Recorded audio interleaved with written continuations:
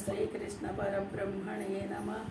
श्रीमद्भगवद्गीता अदौ सप्तमोऽध्यायः ज्ञानविज्ञानयोगः।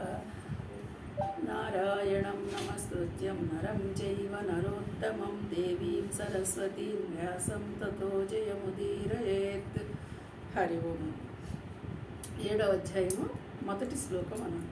మయి ఆసక్తమనః పార్థ యోగం యుంజన్మదాశ్రయః అసంశయం సమగ్రం మాం యథా జ్ఞాస్యసి తశృణు. ఇక్కడ భగవానుడు చెప్తున్నాడు, పార్థ అనన్య భక్తితో నాయందే ఆసక్తమైన మనసు కలవాళ్ళు ఎవరైతే ఉంటారో అలాంటి వాళ్ళు.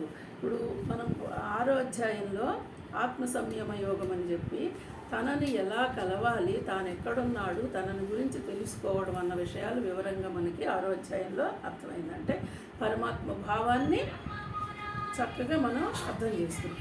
అలా తెలుసుకున్నవాడు ఎలా ఉంటాడు, ఆ జ్ఞానము, ఆ తెలుసుకున్న జ్ఞానము నుంచి విజ్ఞానము వైపు రావయ్యా అంటున్నాడు.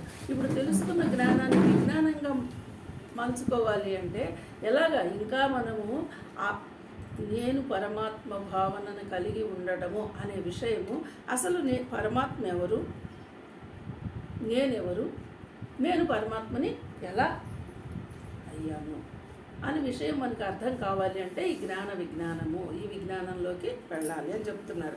అయితే ఇక్కడ ఏం చెప్తున్నారు మనకి, ఎవరైతే నాయందే ఆసక్తమైన మనసు కలవాడే అంటే ఇప్పుడు మనకి ఆత్మ సంయమ యోగంలో నీలో ఉన్నది నేనేనయ్యా అనేసి ఆ చైతన్యం నేనేనని చెప్పినప్పుడు ఆ చైతన్యం అందే నీ మనసు నిలపగలిగితే అలాంటి వాడు మత్పరాయణుడై, అంటే నేను తప్పక ఇంకొకటి ఏది కూడా లేనివాడు.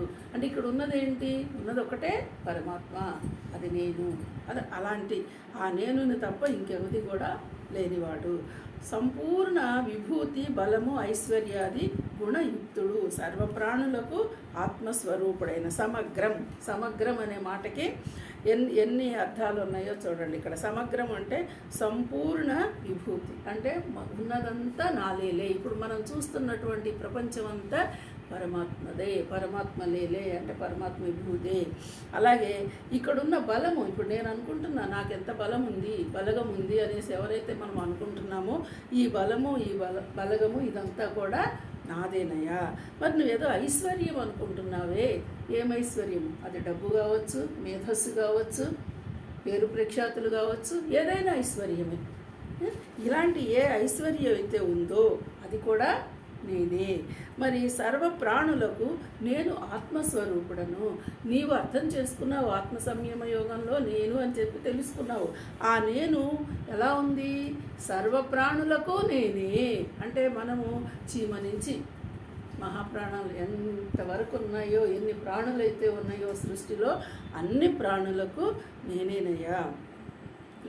అంటే అట్లా నీవు గనక తెలుసుకుంటే, ఇప్పుడు అన్ని ప్రాణులలో ఉన్నది పరమాత్మ అని నువ్వు తెలుసుకోగలిగితే అసంశయం నిస్సందేహముగా తెలుసుకోగలిగి, అంటే నువ్వు ఇప్పుడు అప్పుడు మాత్రమే నన్ను తెలుసుకుంటావు. నేను నేను నేను అన్నంత మాత్రాన, నేను పరమాత్మని అన్నంత మాత్రాన నీకు పూర్తిగా అవగాహనకి రాలా.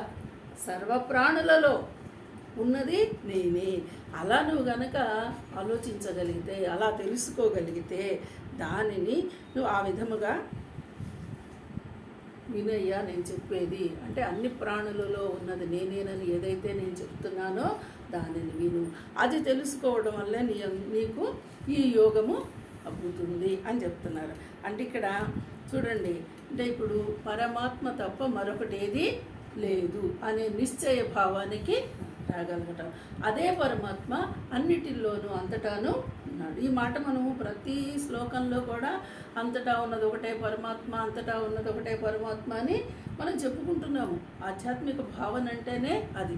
ఆ భావనలో ఇంకా నువ్వు లోతుగా ఆలోచించగలిగి నీ మనస్సులో నువ్వు పూర్తిగా ఈ భావాన్ని తీసుకురాగలిగి ఆ మాదిరిగా ఉండగలగాలి అంటున్నారు. అందుకని పార్థ అనన్య భక్తితో నాయందే ఆసక్తమైన మనసు గలవాడివై ఉండుము, అనన్య భావముతో మత్పరాయణుడివై. ఇక్కడ చూడండి, అనన్యము అంటే ఎప్పటికీ అలాగే, ఇప్పుడు ఇంకా నువ్వు ఇంకొకటి లేదు, రెండవది లేకుండా ఉండు, అలాగే అనన్యంగానే ఉండయా అని చెప్తున్నాడు.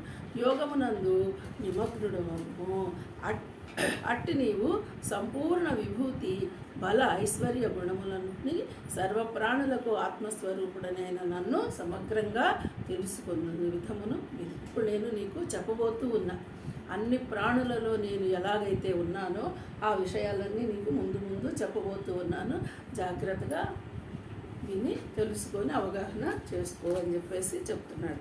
అంటే ఇక్కడ ఈ విజ్ఞానం అనేది 7వ అధ్యాయము చాలా చాలా విషయాలను మనకి తెలియపరుస్తుంది అన్నమాట. కొంచెం జాగ్రత్తగా మళ్ళీ వాటిని అవగాహన చేసుకోవడానికి ప్రయత్నిస్తే.